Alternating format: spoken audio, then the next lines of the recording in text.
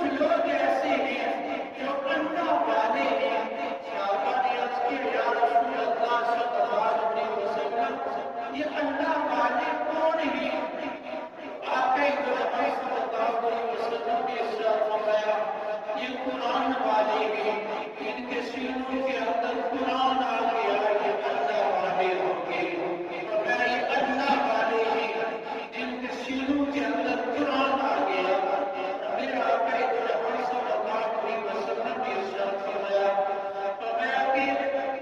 جن کے سینوں کے اندر قرآن آ گیا، صبح و شام قرآن کی تلاوت کرتے ہیں، قرآن نے جن چیزوں کو حلال کیا انہیں حلال جانتے ہیں، جنہیں قرآن نے حرام کیا انہیں حرام جانتے ہیں۔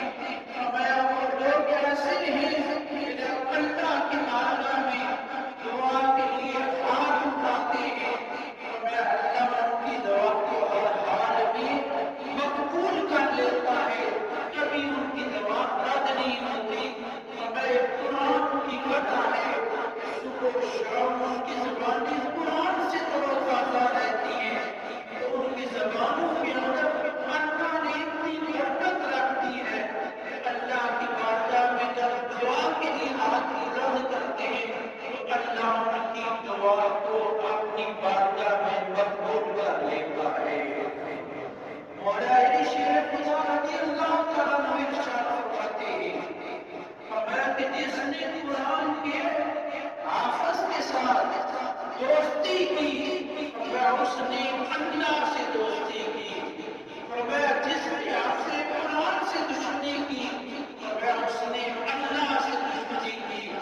اے قرآن کے ساتھ جن لوگوں کا تعلق ہو گیا اور جو قرآن والوں کے ساتھ دوستی کرتے ہیں، ان کا لحاظ رکھتے ہیں، اس قرآن کی وجہ سے ان کی عزت کرتے ہیں، قرآن کی وجہ سے ان کے ساتھ محبت سے پیش آتے ہیں، مبارک ہو ان لوگوں کو۔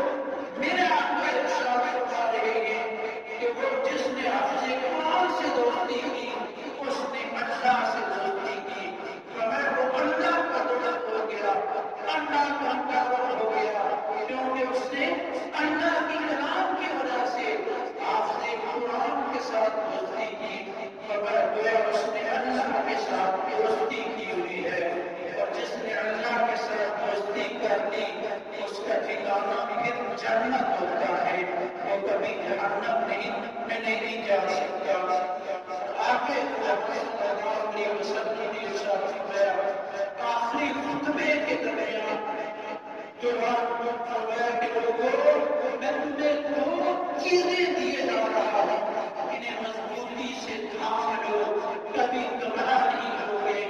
صحابہ نے عرض کیا یا رسول اللہ صلی اللہ علیہ وسلم، وہ کون سی دو چیزیں ہیں جنہیں ہم مضبوطی سے تھام لیں تو کبھی گمراہ نہیں ہوں گے، نجات پا جائیں گے؟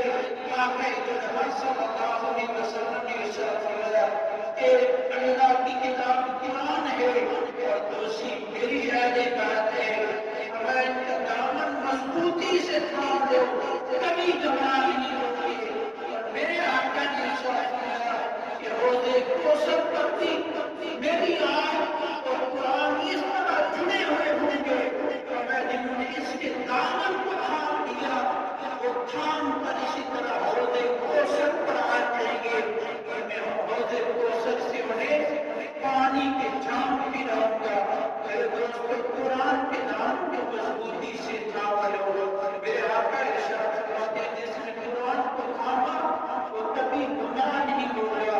فرمایا میرے اہل بیت کے دامن کو تھام لو، فرمایا وہ بھی کبھی گمراہ نہیں ہوگا۔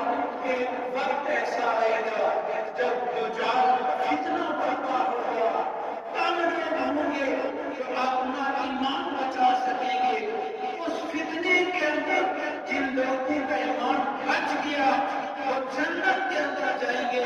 اس فتنے کو مٹانے کے لیے آقا صلی اللہ علیہ وسلم کی آل کا ایک شہادہ ہوگا۔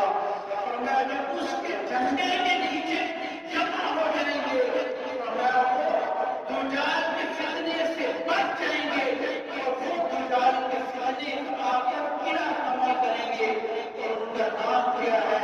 امام مہدی۔ ان کا ظہور ہوگا، کسی سید زادے کے ہاں ان کی بھی آمد ہونی ہے۔ آقا کے فرمان کے اندر کتنی برکت ہے۔ فرمایا دو چیزیں امت کو دیے جا رہا ہے، میرا کتاب اللہ کی کتاب قرآن مجید ہے، اور دوسری میرے آگے ہے۔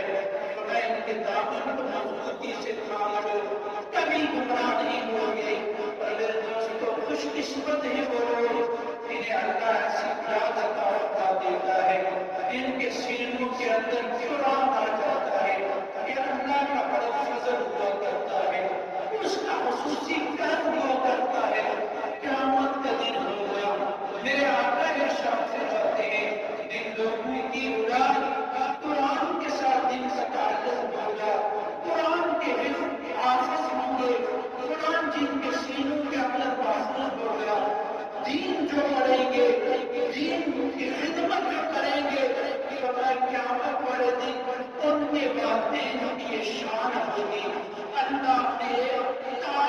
آئے گا اور میں اس کی روشنی اتنی ہوگی کہ سورج کی روشنی اس کے سامنے باندھ پڑ جائے گی.